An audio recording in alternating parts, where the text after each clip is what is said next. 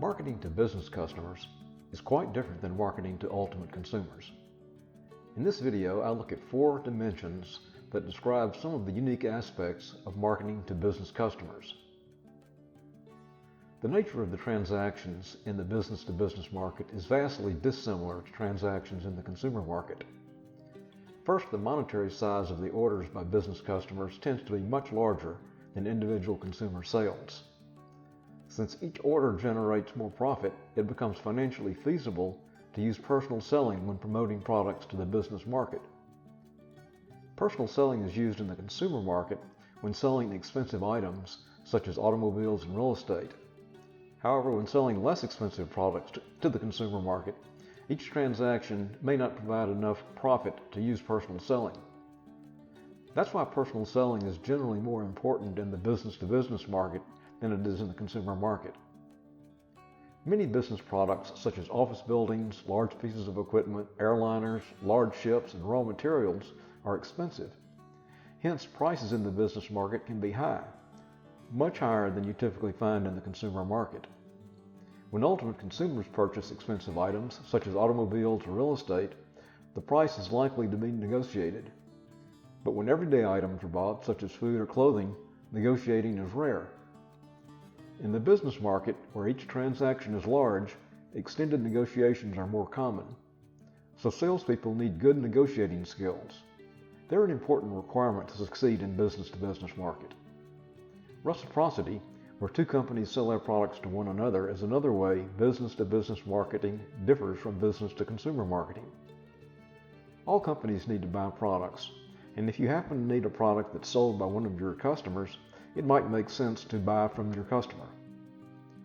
Relatively few business purchase decisions are made by just one person. Often purchases are made through a buying center. The buying center is the group of people within the organization who make business buying decisions.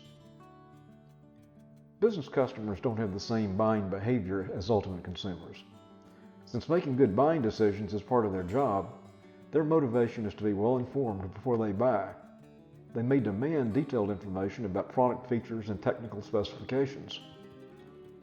Many buyers and sellers build and maintain mutually beneficial relationships, a sort of strategic partnership, that lead to high levels of interpersonal trust and higher levels of commitment to the partnership by both organizations.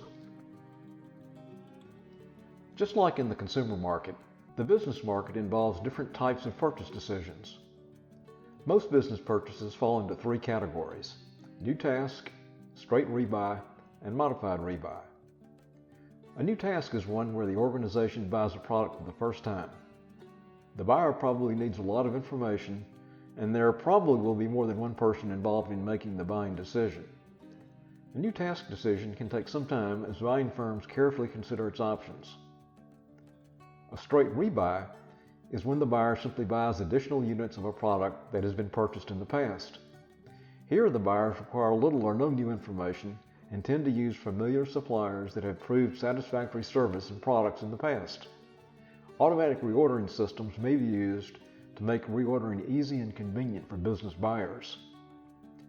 In a modified rebuy, the buyer has purchased a similar product in the past, but has decided to change some specifications. Current vendors have an advantage in making the sale in a modified rebuy. Derived demand refers to demand for your product that depends on the demand for where your product is used and then ultimately consumed at the business-to-consumer level.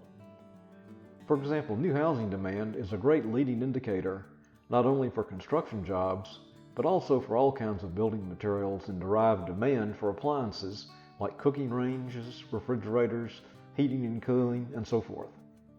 If housing demand is expected to grow, any business supplying parts to appliance makers can expect an increase in demand. If an appliance manufacturer is not marketing oriented, it could get so caught up in the production process that what they would like most of all is just to sell what they produce, with no concern what happens at the next level of the value chain. Instead, they should really care about what the ultimate consumer is experiencing. So a component supplier to an appliance manufacturer must at least be interested in where the appliance is used and how consumers experience the final product. Ultimately, there is a consumer who pays for everything. Business-to-consumer marketing drives business-to-business marketing. When consumers change, business-to-consumer marketing changes, and business-to-business marketing must change as well. Fluctuating demand is another characteristic of the business-to-business market. A small change in demand by consumers can have a big effect throughout the supply chain. Often a bullwhip type effect occurs. The effect is named after the physics involved in cracking a whip.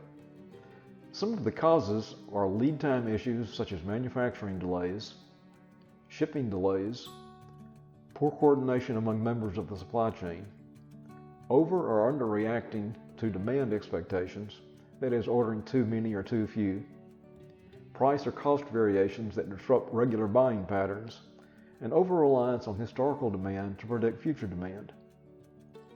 Better information is necessary to reduce the bullwhip effect. This means better communication among supply chain members and better forecasting methods. That's a look at the dimensions of marketing to business customers. Thanks for watching.